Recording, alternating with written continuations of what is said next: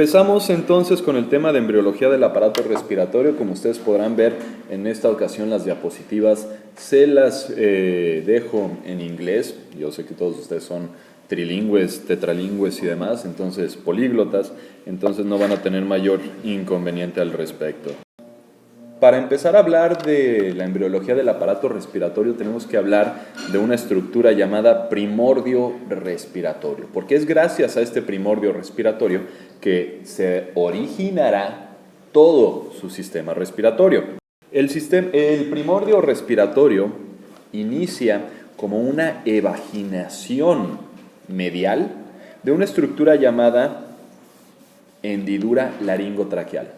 Si ustedes tienen al embrión de esta manera, muy similar a lo que vemos aquí, y le hacemos un corte coronal para observar esta región que está formada por unas estructuras llamadas arcos, bolsas y hendiduras faríngeas que veremos en una clase posterior, y observamos desde su cara posterior este corte, vamos a poder observar precisamente esto que vemos aquí. ¿Se comprende? Lo que estamos observando aquí son estos arcos, bolsas y hendiduras desde su cara posterior. A nivel de esta cara posterior, justo en el suelo o en la región caudal de lo que formará al primordio de la faringe, tendremos al primordio del árbol traqueobronquial por debajo del cuarto arco faríngeo, que dará origen a esta pequeña hendidura que alcanzarán a observar a este nivel. Esta hendidura se llama hendidura laringotraqueal. Es una hendidura precisamente que se forma a nivel de los arcos faringios para dar lugar a lo que será eventualmente el primordio respiratorio. ¿Sí? Ahora, este primordio respiratorio, si ustedes lo observan aproximadamente a este nivel, podrán observar esta pequeña evaginación, esta pequeña bolsita aquí arriba de donde estoy señalando, que formará aparte de este primordio respiratorio, ¿sí? Primero se tiene que formar la hendidura para que a partir de esa hendidura se forme esta evaginación. ¿Estamos? Ahora, como aquí estamos hablando de que estos arcos, bolsas y hendiduras faríngeas están formadas por el tubo intestinal anterior, es decir, la región más superior o más cefálica de este tubo intestinal, que formarán evidentemente a la faringe, estamos hablando de que están revestidas por por una capa germinal muy específica, endodermo. Y si recuerdan ustedes, el endodermo va a formar a todo el revestimiento epitelial de las vísceras derivadas del tubo intestinal. Entonces, fíjense ustedes cómo el sistema respiratorio nace de este mismo tubo intestinal. Tiene, evidentemente, esta capa de revestimiento, un epitelio derivado de endodermo. ¿Estamos?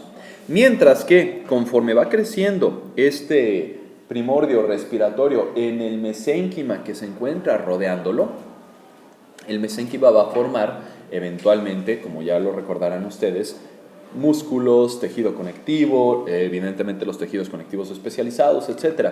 Entonces, este mesénquima que rodea al primordio respiratorio formará eventualmente a los cartílagos traqueales, al músculo de la tráquea, a los músculos traqueales, a la submucosa, a la serosa, etcétera, etcétera.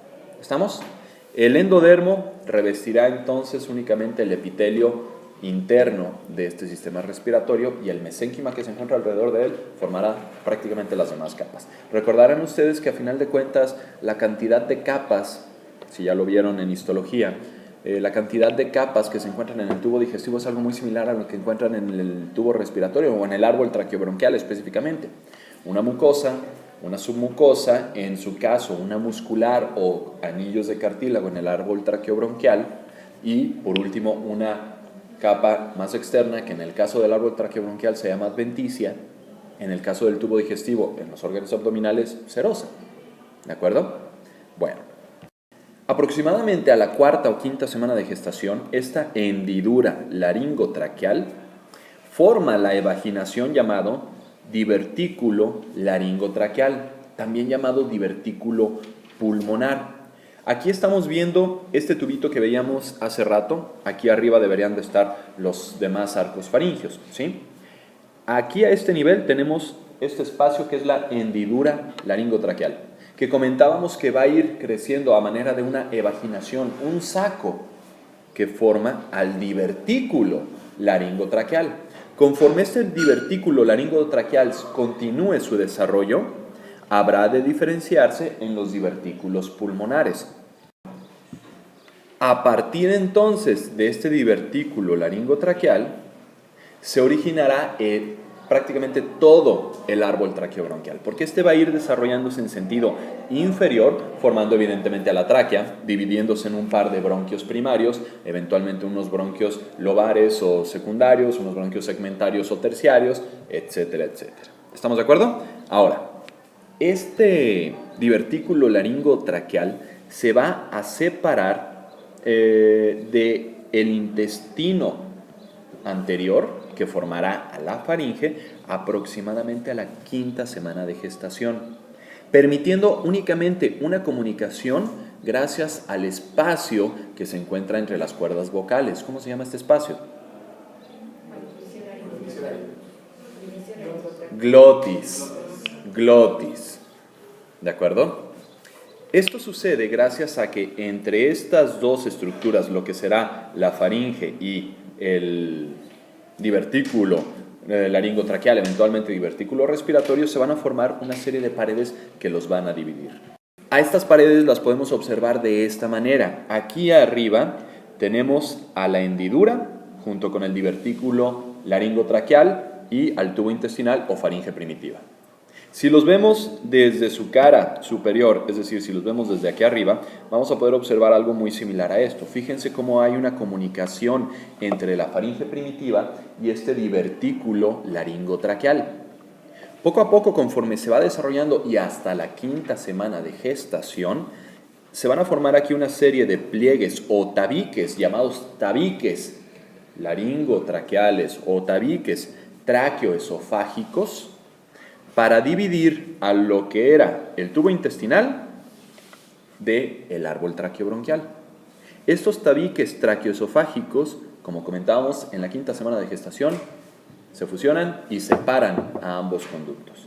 Es por eso que su faringe, desde el punto de vista anatómico e histológico, es una cavidad, un tubo musculomembranoso que forma parte de dos sistemas diferentes, sistema digestivo y sistema respiratorio. Y por debajo de esta faringe ustedes van a encontrar una división notoria entre el sistema respiratorio y el sistema digestivo, formado por la laringe, la tráquea, en el caso del sistema respiratorio, y el esófago en la cara posterior. Déjenme les comento que no es tan infrecuente que estos tabiques no se fusionen de forma completa en alguna porción de la tráquea y del esófago. De tal manera que puede existir una comunicación traqueoesofágica. A esta comunicación se le conoce con el nombre de fístula traqueoesofágica. Y pueden encontrar ustedes diferentes grados de fistulización. En un momento dado, la más común se le llama en forma de H. ¿Por qué en forma de H? Porque vamos a tener la comunicación entre el esófago posterior y la tráquea anterior a este nivel, a nivel de esta fístula. ¿Cómo van a sospechar ustedes que un paciente tenga una fístula traqueoesofágica? ¿Cómo se les ocurre? Que se atora cuando come. No tanto que se atore, porque puede deglutir, puede pasar el alimento. Puede broncoaspirar. Broncoaspiración, dificultad respiratoria, a lo cual le llamamos disnea. ¿Por qué? Porque con la introducción, imagínense ustedes, acá arriba está la cavidad oral, junto con la faringe. Esta sería, supongan ustedes, la lengua. Con el paso de alimento a través de la cavidad oral, a través de la faringe y a través del esófago, va a haber cierta cantidad de alimento que por supuesto pueda llegar hasta el estómago, pero va a haber también cierta cantidad de este alimento que se dirija a través de esta fístula traqueoesofágica hacia la tráquea. ¿Qué es lo que va a presentar primero este paciente? Disnea, probable broncoaspiración. ¿Estamos? Entonces, en un paciente no es tan infrecuente esta patología, ¿sí? Cuando así se presenta, ustedes tienen que sospechar en un paciente, obviamente recién nacido, que con la primera alimentación tiene disnea y broncoaspiración. Obviamente ya se caracterizará la la broncoaspiración por disminución en el porcentaje de oxígeno en la sangre, demás cuestiones que verán más adelante en clínica, tienen que sospechar de este tipo de fístulas. Las fístulas inclusive pueden llegar a ser completas. ¿Y a qué me refiero con una fístula completa? Donde en un momento dado existe el esófago y la tráquea está desconectada de sí. En el momento en que nazca este paciente, ¿qué es lo que va a suceder? Evidentemente no va a haber una conducción aérea hacia los bronquios y los pulmones, por lo que esto obviamente es una emergencia, compromete la vida. ¿Estamos? Habiendo entendido cómo se forma el divertículo respiratorio, vamos hablando de cada una de las porciones que formarán eventualmente al árbol traqueobronquial, empezando por la primera porción del sistema respiratorio como tal, la laringe. La laringe, entonces, la laringe se va a desarrollar a partir de estos arcos, bolsas y hendiduras de los cuales ya habíamos hablado de su cara interna, ¿sí? De tal manera que la laringe tiene un revestimiento epitelial derivado del endodermo, ¿sí? Los cartílagos de la laringe, que seguramente ya vieron en anatomía, en histología, que saben ustedes que la mayoría son cartílagos hialinos, mientras que apenas uno de ellos, la epiglotis, es cartílago elástico, se van a derivar de del mesénquima, que forma el núcleo de estos arcos, bolsas y hendiduras, ¿de acuerdo? Específicamente del cuarto y sexto arcos faringeos.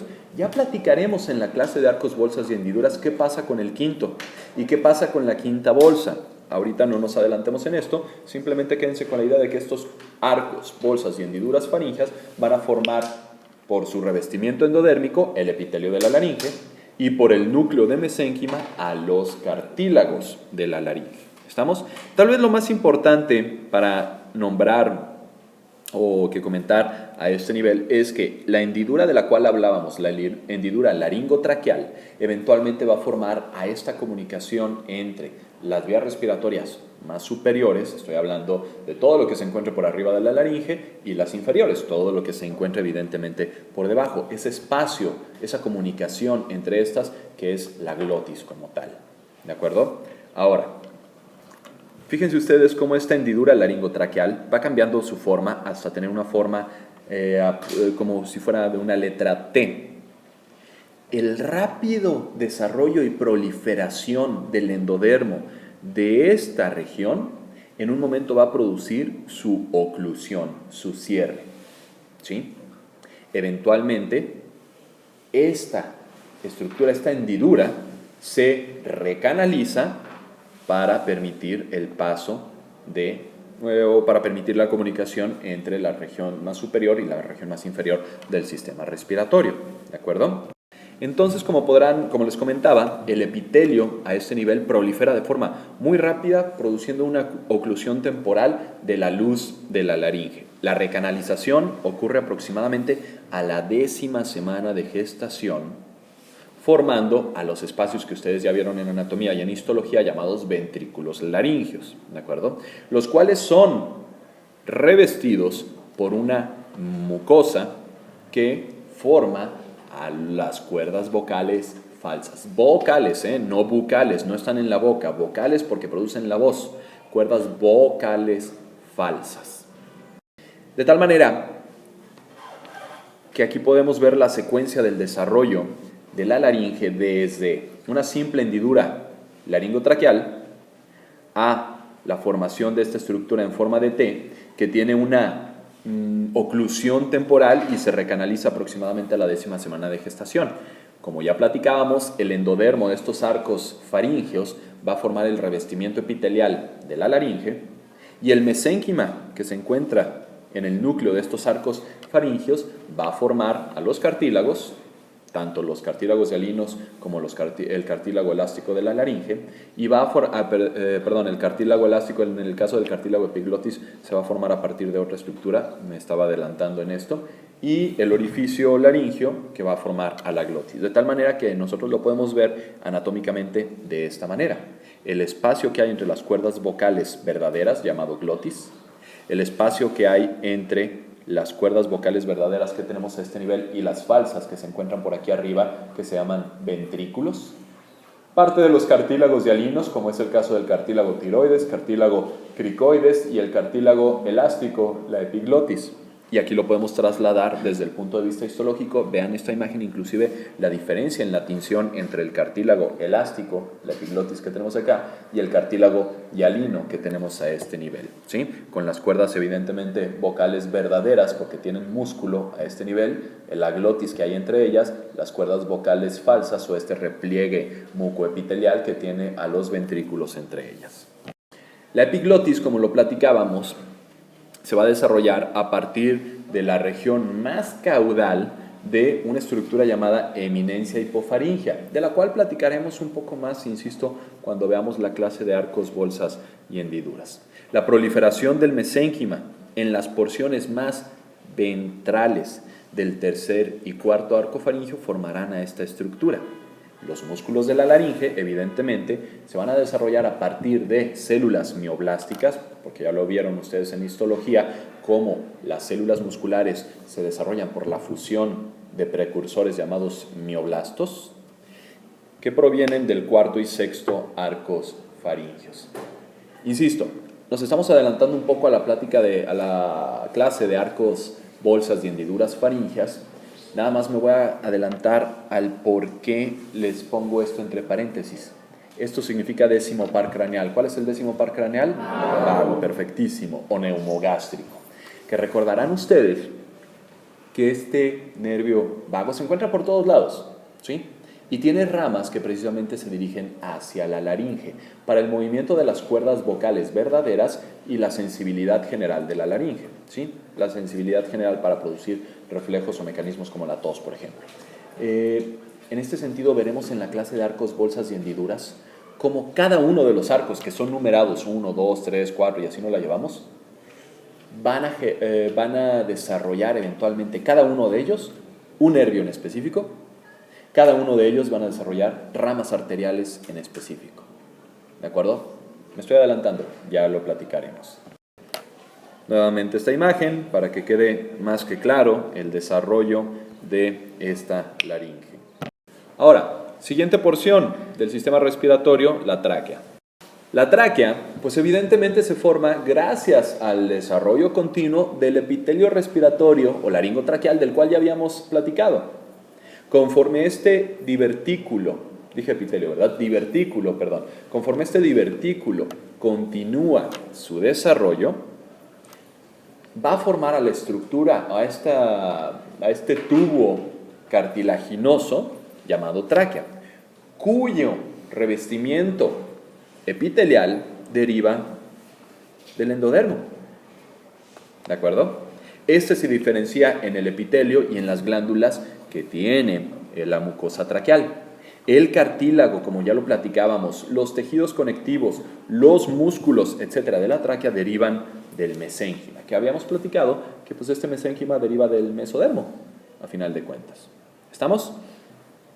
¿Qué tipo de epitelio tiene el sistema respiratorio? ¿Cuál? Pseudoestratificado, cilíndrico, ciliado, prácticamente en todas sus porciones, desde la porción o el segmento respiratorio de la nariz hasta parte del árbol traqueobronquial. Ya platicaron ustedes en sus clases de histología hasta qué punto exactamente.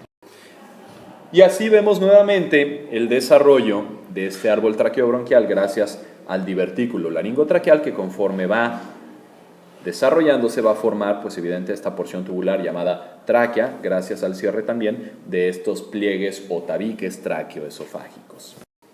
Como ya lo platicábamos, el revestimiento epitelial de la tráquea, ustedes probablemente no lo alcanzan a ver muy bien aquí, pero los que vean el video por supuesto que podrán. El revestimiento epitelial de la tráquea está formado por endodermo y lo que lo rodea está formado por mesodermo, específicamente mesodermo esplácnico o visceral, que a final de cuentas es de la capa lateral o de la placa lateral del mesodermo. Recuerden las divisiones del mesodermo: mesodermo paraxial, mesodermo intermedio, mesodermo de la placa lateral. Y el de la placa lateral se divide en dos capas o dos hojas: somático y visceral, lo que es lo mismo parietal o esplácnico. ¿Estamos? Y aquí pueden ustedes observar precisamente cómo a partir del endodermo se va a formar el epitelio de revestimiento de estas vísceras y a partir de el mesodermo esplácnico, el mesénquima de este mesodermo esplácnico, se van a formar los cartílagos, por ejemplo, traqueales, el músculo, la submucosa, etc. Y aquí lo pueden ver desde un punto de vista histológico. La mucosa, la submucosa, cartílago hialino, y aquí alcanzan a ver ciertas fibras de músculo liso. La tráquea, como pueden ver, es bastante sencilla. Vamos a los bronquios y a los pulmones. El divertículo respiratorio del cual hablábamos se desarrolla, como ya lo habíamos platicado, en su región más caudal, o en la región más caudal de este divertículo laringotraqueal. Es decir, primero es la hendidura laringotraqueal, que forma el divertículo laringotraqueal, y eventualmente este cambia su nombre a divertículo respiratorio. Este divertículo respiratorio se va a dividir en dos divertículos bronquiales, que evidentemente darán paso a la formación o al desarrollo de los bronquios, ¿de acuerdo? Estos crecen en sentido lateral discretamente inferior dentro de unos canales llamados canales pericardio-peritoneales. Recordarán ustedes que eso lo vieron en la clase de embriología del sistema muscular y de las cavidades corporales. Porque antes de la formación del diafragma, una vez que el diafragma se forma, se divide a la cavidad torácica de la cavidad abdominal. Antes de que se forme este diafragma, existen dos canales que comunican a la cavidad torácica con la cavidad abdominal. ¿Cómo se llaman estos canales? Pericardio-peritoneales, precisamente. ¿De acuerdo? Estos pulmones van a crecer dentro de estos espacios pericardio-peritoneales, que formarán a su vez el primordio de las cavidades pleurales. Conforme los pulmones se desarrollan en sentido inferior y lateral, estos van, por así decirlo, a formar parte del diafragma gracias a la presión que ejerce sobre los pliegues pleuropericardiales en este caso. Yo lo que les comento y lo que me gusta decirles es que en la clase de embriología de las cavidades del sistema muscular es que el diafragma se va a formar gracias al crecimiento de los pulmones, porque los pulmones, conforme van creciendo, se van desarrollando, van presionando a los pliegues pleuropericardiales para que estos se vayan, por así decirlo, aplanando y formen parte del diafragma. Imagínense ustedes que tienen un par de botecitos de Play-Doh, como el que se comían de niños. Tienen un par de estos botecitos de Play-Doh, sacan la masita y demás, la de Play-Doh, y sus manos son sus pulmones.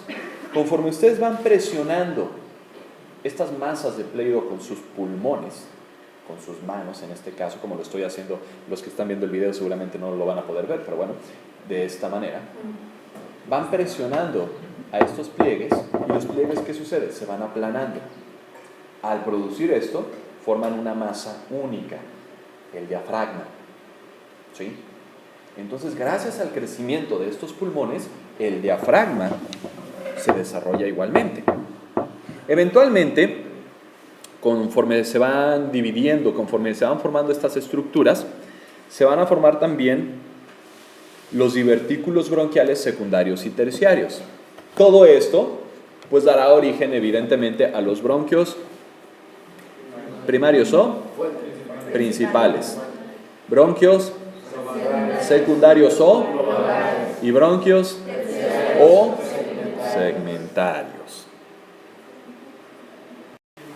Nuevamente aquí pueden observar cómo el divertículo laringotraqueal del que platicábamos se forma o cambia su nombre a divertículo respiratorio, y este divertículo respiratorio se va a dividir en dos divertículos bronquiales. Aquí lo podemos observar en un corte coronal, como el divertículo pulmonar, aquí ya formó la tráquea evidentemente, cómo esta tráquea se divide en los divertículos bronquiales, que poco a poco estos se van subdividiendo y fíjense lo que van haciendo dentro de la cavidad torácica, que es este recuadro que ustedes ven aquí, van a ir presionando a nivel de estos canales que comunican a la cavidad abdominal con la cavidad torácica, al mesénquima que los rodea, los pliegues pleuropericardiales, para eventualmente formar una masa única a este nivel, el diafragma. ¿Se comprende esto?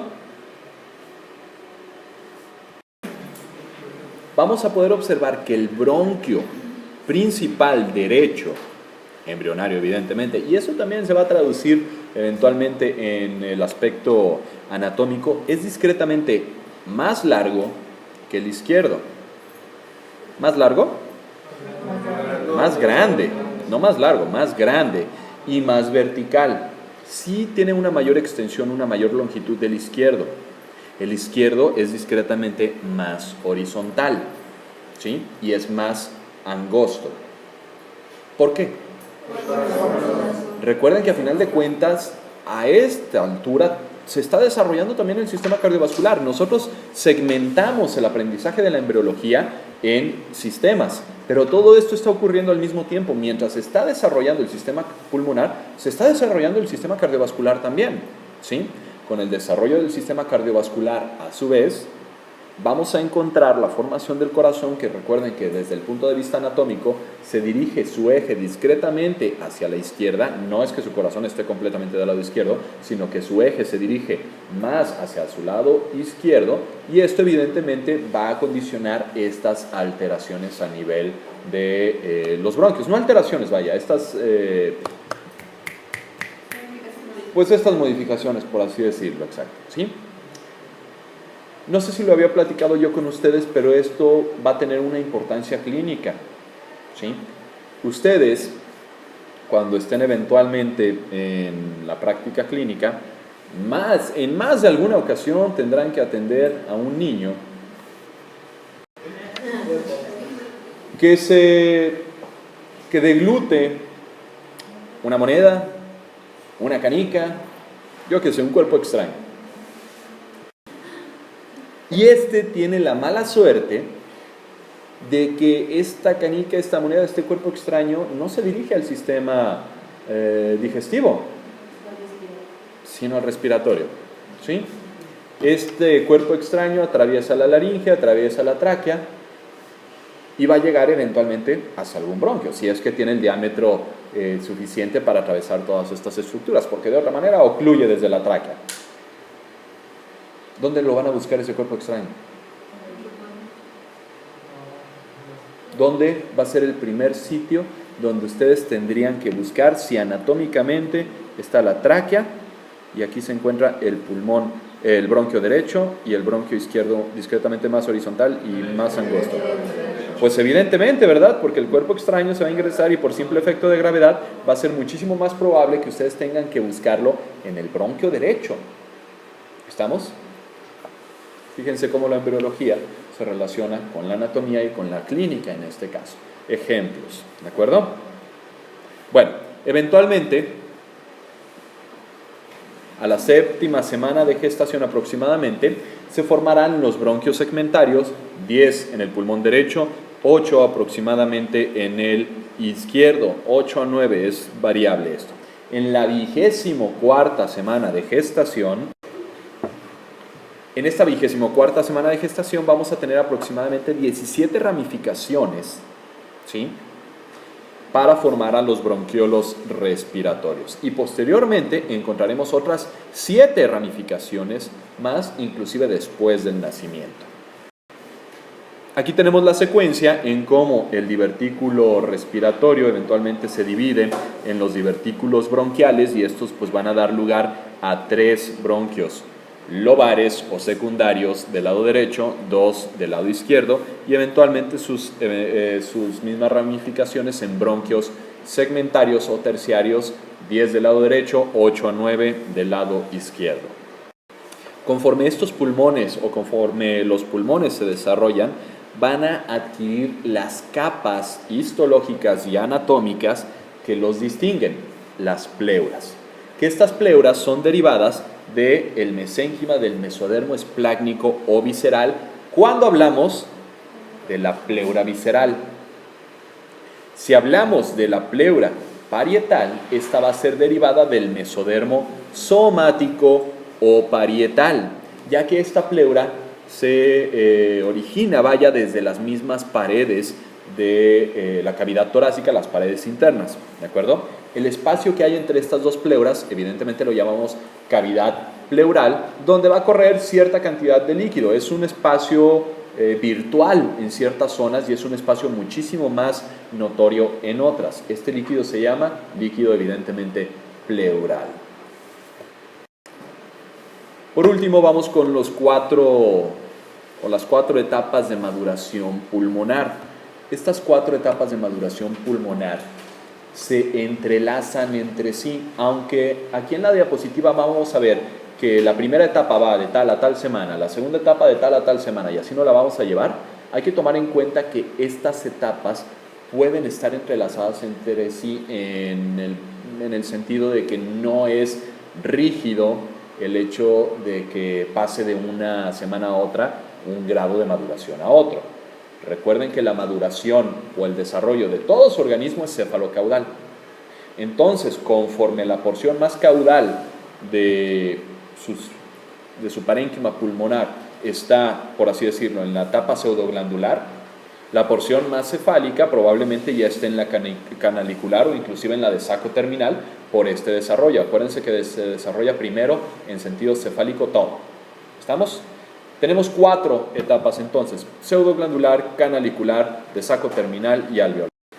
La etapa pseudoglandular abarca aproximadamente desde la 6ª a la 16ª semana de gestación. Se le llama pseudoglandular porque si lo vemos histológicamente, tiene apariencia de glándulas exócrinas. Entonces por eso se le llama pseudoglandular. No glandular porque no son glándulas. Pseudoglandular porque aparentan una imagen histológica de glándulas. Aproximadamente a la 16ª semana de gestación, todos los elementos de mayor importancia o de mayor relevancia a nivel pulmonar ya se formaron, exceptuando aquellos que se ven involucrados en el intercambio de gases, las paredes alveolares. ¿A qué nos referimos con esto? Bronquios, bronquiolos, etc. Sin embargo, las paredes alveolares no. Aquí es lo que platicábamos y lo que preguntábamos hace rato. Evidentemente, si no hay paredes alveolares, no va a haber un intercambio gaseoso. ¿Qué va a suceder si el feto nace durante esta etapa aproximadamente? Pues evidentemente no va a haber un intercambio de gases y no es viable. ¿Estamos?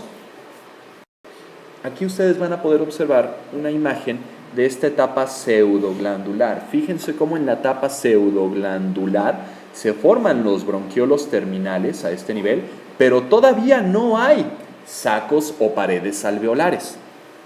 ¿Recuerdan esta imagen? Es precisamente lo que vimos en la práctica de embriología respiratoria. Esta imagen es la que debieron de haber visto en su práctica de histología respiratoria. Compárenlas y evidentemente van a ser muy diferentes. La etapa canalicular va desde la 16ª aproximadamente, como ya platicábamos, hasta la 26ª semana de gestación. Como ya platicábamos, se entrelazan estas etapas entre sí por el desarrollo cefalocaudal de todo su organismo. La luz de los bronquios y de los bronquiolos terminales que veíamos en la imagen anterior se hace discretamente más grande y el parénquima pulmonar, o el tejido pulmonar, el estroma, se hace altamente vascular. Aproximadamente a la 24ª semana de gestación, cada bronquiolo terminal va a dar origen a 2 o más bronquiolos respiratorios. ¿Sí? La respiración ya puede darse o puede haber cierto grado de intercambio de gases al final de esta semana. ¿Por qué? Porque las paredes de estos sacos terminales, lo que será un primordio alveolar es muy delgada y permite, en cierta forma, el intercambio gaseoso, ¿de acuerdo? Sin embargo, pues obviamente durante esta etapa se va a requerir de manejo en la unidad de cuidados intensivos neonatales, que ustedes frecuentemente van a ver abreviada, por cierto, como USIN en el hospital. ¿Para qué? Para poder permitir la viabilidad de este producto.